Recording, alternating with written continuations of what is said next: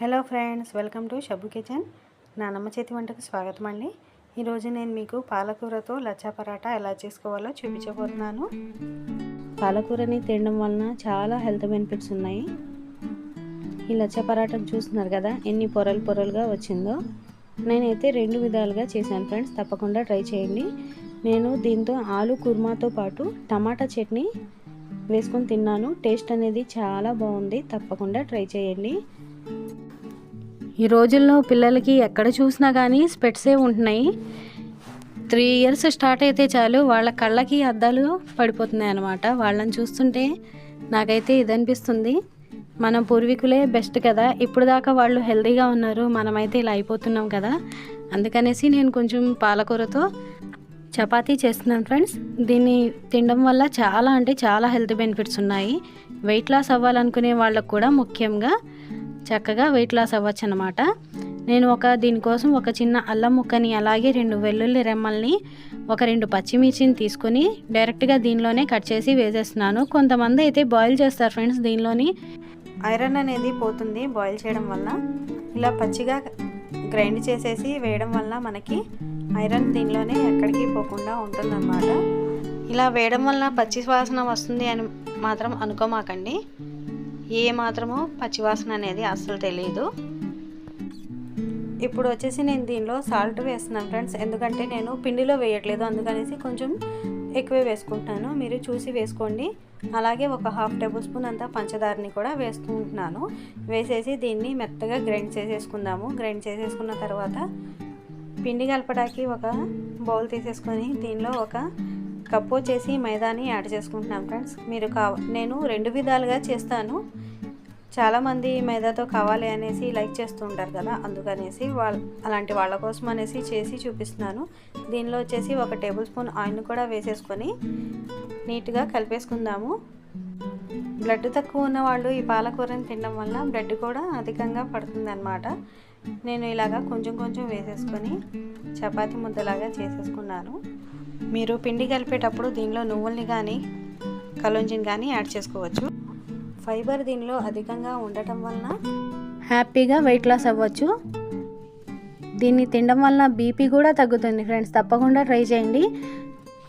ఇక నేను ఈ పిండిని అయితే మైదాతో కలిపేసుకున్నది పక్కన పెట్టేసుకున్నాను ఫ్రెండ్స్. ఇప్పుడైతే నేను గోధుమ పిండితో కలుపుకోతున్నాను. గోధుమ పిండి తీసేసుకొని దీనిలోనే ఆ మిగిలిన కొంచెం పేస్ట్ కూడా వేసేసి కలిపేసుకుంటున్నాను నీట్గా. కొంచెం మిక్సీ జార్లో వాటర్ వేసేసైనా కూడా కడిగేసి దీనిలో వేసేయండి. సరిపోకపోతే కరెక్ట్గా సరిపోయింది ఫ్రెండ్స్. నాకు ఒక పాలకూర కట్ట 2 కప్పుల పిండి అయితే కలిసిందనమాట. మీరు కావాలనుకుంటే మీ ఇంగ్రీడియంట్స్ని పట్టేసి చూసుకొని కలుపుకోండి ఫ్రెండ్స్.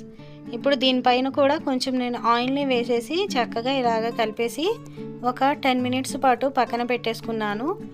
ఇప్పుడు మనము కొంచెం నెయ్యిని తీసుకుందాము. కావాలి అనుకుంటే కొంచెం నెయ్యి కొంచెం ఆయిల్ కూడా ఇచ్చేసుకోవచ్చు. అంటే పిల్లలకి పెడుతున్నాను కాబట్టి హెల్తీగా ఉంటుందనేసి నేను చేస్తున్నాను. మైదాతో కలిపింది అయితే ఫస్ట్ స్టార్టింగ్లో కొంచెం ఎక్కువ పాలకూర ఉండడం వల్ల చక్కగా గ్రీన్గా ఉంది. కొంచెం గోధుమ పిండితో కలిపేటప్పుడు కొంచెం తగ్గింది ఫ్రెండ్స్. అంటే కరెక్ట్గా అయితే సరిపోయింది. కొంచెం వాటర్ అయితే కలిపాను కదా, అందుకు కొంచెం కలర్ తక్కువగా వచ్చింది. ఇప్పుడు చపాతీలాగా సన్నగా ఎంత వీలైతే మీకు అంత సన్నగా ఒత్తేసుకోండి. పైనుంచి నేను కొంచెం నెయ్యిని వేసుకున్నాను. ఇలాగా చేయమాకండి ఫ్రెండ్స్, నేను ఇలాగా చపాతీ పీట నుంచి తీసినట్టుగా తీయమాకండి, ఎందుకంటే మనకి కట్ చేసేటప్పుడు కొంచెం కష్టమైందనమాట. ఇలాగా పైనుంచి కొంచెం పొడి పిండిని కూడా అప్లై చేసేసుకుందాము. చాక్తో ఇలాగా కట్ చేసేటప్పుడు ఒక్కొక్క చోట అయితే నాకు మధ్యలోకి వచ్చాక కొంచెం విడిపోయినట్టు అయిపోయింది. అందుకనేసి ఇలా చేయమాకండి. చపాతీ ఒత్తేసి చక్కగా కట్ చేసుకున్న తర్వాత అప్పుడు నెయ్యిని అప్లై చేసి పొడిపిండి చల్లేసి రోల్ చేసేసుకోండి. ఈజీగా అయిపోతుంది పని. ఈ పాలకూరలో యాంటీ ఆక్సిడెంట్స్లో ఎక్కువ ఉండడం వలన కొంచెం కిడ్నీ సమస్య ఉన్న వాళ్ళైతే కొంచెం తక్కువగా తినండి, ఎందుకంటే స్టోన్స్ పెరిగే అవకాశం ఉంటుంది. అందుకనేసి ఇదైతే గోధుమ పిండి ఫ్రెండ్స్. ఫస్ట్ నేను పెట్టింది అయితే మైదా పిండితో చేసింది. మీరు హెల్తీగా ఉండాలి అనుకుంటే కనుక గోధుమ పిండితో చేసుకోండి. నేను 2 విధాలుగా చూపించాను, మీకు ఎలా ఇష్టమైతే అలాగా చేసుకోండి. ఇప్పుడు ఏంటంటే కొంచెం పెద్ద పిల్లలు ఉన్న వాళ్ళైతే వాళ్ళు లచ్చ పరాటా కొంచెం బయట ఉన్నట్టే కావాలి అంటారు కాబట్టి వాళ్ళ కోసం అనేసి నేను ఇలాగా చేసి చూపిస్తున్నాను ఫ్రెండ్స్. కానీ గోధుమ పిండితోనే చాలా బాగుంటుంది, తప్పకుండా ట్రై చేయండి గోధుమ పిండితోనే.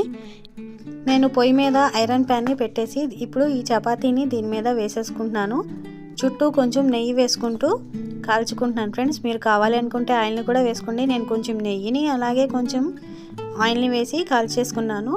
ఎంత ఎక్కువగా ఆయిల్ వేస్తే అంత ఈ పొరలు అనేది విడిపోతాయి అన్నమాట. వెయిట్ లాస్ అవ్వాలి అనుకునే వాళ్ళైతే కొంచెం జాగ్రత్తగా చూసి వేసుకోండి. చూస్తున్నారు కదా ఎంచక్క పొరలు పొరలుగా మనకి కనిపిస్తుందో. ఇది వచ్చేసి మైదా పిండితో చేసింది ఫ్రెండ్స్. సెకండ్ నేను మీకు గోధుమ పిండితో చేసింది కాల్చి చూపిస్తాను.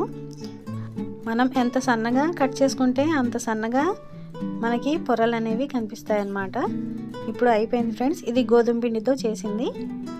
ఇదైతే ఇంకా మనకి ఎక్కువ లేయర్స్ కూడా వచ్చాయి, హెల్తీగా కూడా ఉంటుంది కదా.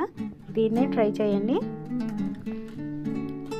ఇలాగ వేసుకుంటూ కాల్ చేసుకుంటున్నాను. మీకు వీడియోలన్నీ ఎక్కువగా అవ్వకుండా మీకు బోర్ కొట్టకోకుండా నేను ఇంకా వీడియోని ఫాస్ట్ పెట్టేసుకున్నాను ఫ్రెండ్స్. ఇలా చేసుకుంటూ ఇలా కొంచెం అట్ల కాడతో ఇలా ఓపెన్ చేసుకుంటూ ఉంటే మనకి ప్రతి లేయర్ కూడా ఓపెన్ అవుతుందన్నమాట. నా వీడియో కనుక మీకు నచ్చితే లైక్ చేయండి, షేర్ చేయండి, అలాగే సబ్స్క్రైబ్ చేయండి ఫ్రెండ్స్. నేను చేసిన ఈ పాలకూర లచ్చ పరాటా మీరు కూడా ట్రై చేసి తప్పకుండా నాకు కామెంట్ రూపంలో తెలియచేయండి ఎంత బాగా కుదిరిందో అన్నది. ఇది వచ్చేసి మైదాతో చేసింది. ఈ 4 వచ్చేసి గోధుమ పిండితో ఒక 3 వరకు వచ్చాయన్నమాట. ఇది గోధుమ పిండిది ఫ్రెండ్స్. చూడండి ఎంత బాగున్నాయో, లేయర్స్ అనేవి చక్కగా వచ్చాయన్నమాట. చూస్తున్నారు కదా, చాలా బాగుంది. మరి ఇన్ని హెల్త్ బెనిఫిట్స్ ఉన్న పాలకూరని వదిలేయకోకుండా మీ ఫ్యామిలీ మెంబర్స్కి వండేసి పెట్టేసేయండి. మీ పిల్లల స్పెట్స్ తీసి పక్కన పడేసేయండి.